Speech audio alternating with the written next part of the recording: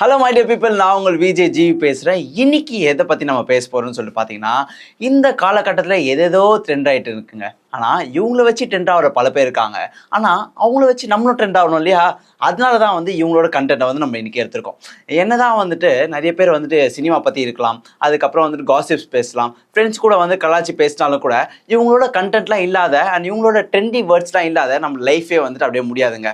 அது நம்மளோட தனுஜா காலன்னு ஸ்டார்ட் பண்ணுவோம். அவங்க பார்த்தீங்கன்னா அக்கான்ற அந்த ஹேஷ்டேக்ன்ற மூலியமா இப்போ ரொம்ப ட்ரெண்ட் ஆகிட்டு இருக்காங்க. ஆனால் அவங்களோட ஒரு நோக்கமே ஒரு டிஃப்ரெண்டான நோக்கம். ஆனால் இதுங்களாம் இருக்குங்க இல்லையா, அது யாருன்னு சொல்லிட்டு இந்த போட்டோ மட்டும் நீங்க நைஸா பாருங்களேன். நீங்க பார்த்துருப்பீங்க.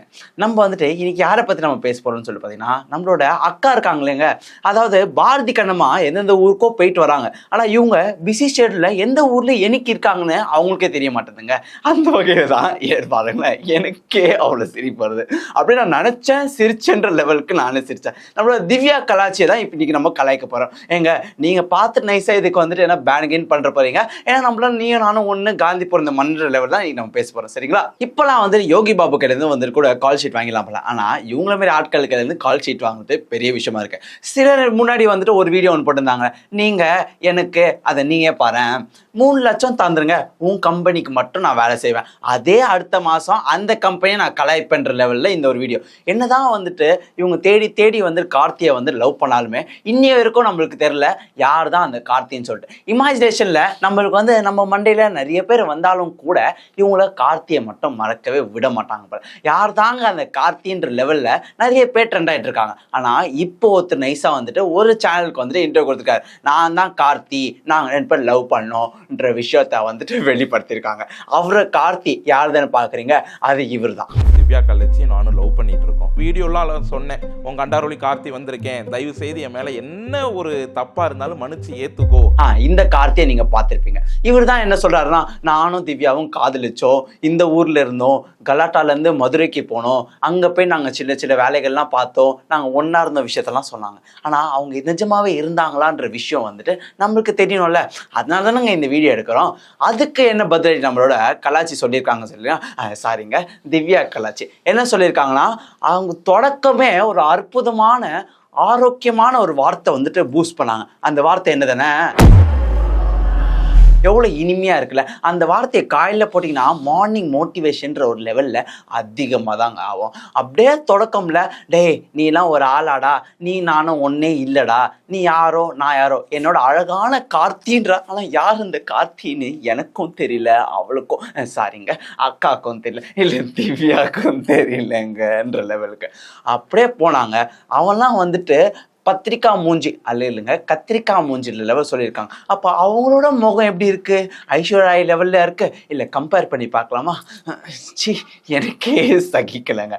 இந்த லெவல்லாம் அவங்க பேசியிருக்காங்க. ஆனால் யார் தான் அந்த கார்த்தி சொல்லிட்டு அவங்க அந்த வீடியோவில் சொல்லியிருக்காங்க. அதுக்கு இவர் என்ன சொல்றாரு சொல்லிட்டு பார்த்தீங்கன்னா, ஆலப்பாக்கம் பஸ் ஸ்டாண்டில் தான் நானும் திவ்யாவும் ஃபர்ஸ்ட் மீட் பண்ணோன்றது இந்த புது கார்த்தி சொல்லியிருக்காங்க. இதுக்கப்புறம் இவரோட பேர் நம்ம நியூ கார்த்தின்னு வச்சுக்கலாம். இந்த நியூ கார்த்தி என்ன சொல்றாருன்னா, ஆலப்பாக்கம் பஸ் ஸ்டாண்ட்ல தான் நீயும் நானும் சந்திச்சோம், நாங்க 2 பேர் லவ்வர்ஸ்ன்ற லெவல்ல பேசுறாங்க. ஆனா இவங்க பதிலடி சொல்றாங்க, டே கத்திரிக்காய் மூஞ்சி, நானா நம்ம 2 பேர் லவ் பண்ணுமான்ற லெவல்ல இவங்க கேள்வி கேட்கறாங்க. ஆனா இவங்களோட முகமும் லைட்டா பார்க்க அப்படிதான் இருக்கு. கத்திரிக்காய் மூஞ்சி சாரிங்க, திவ்யாவே கார்த்தியை கலாய்க்கிற லெவல் தான் நம்ம இந்த விஷயத்த பார்த்துட்டு இருக்கோம். அப்படியே இந்த ஃப்ளோல போனாலுமே யார் தாங்க இந்த கார்த்தி, மாசம் இந்த கம்பெனிக்கு நான் வேலை செய்வேன், அடுத்த மாசம் அந்த கம்பெனிக்கு வேலை செய்வேன், அதுவும் பிஸி ஷெட்யூல்ல நான் ஷூட்டிங்ல இருக்கேன்.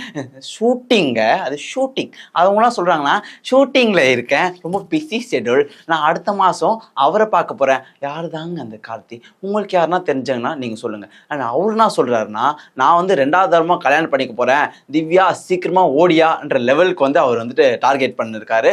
அவருக்கு ஃபேமிலிலாம் இருக்கு, ஆனாலும் எனக்கு திவ்யாவை தான் காதலிப்பேன், ஆனா இவங்களை தான் கல்யாணம் பண்ணிப்பேன்.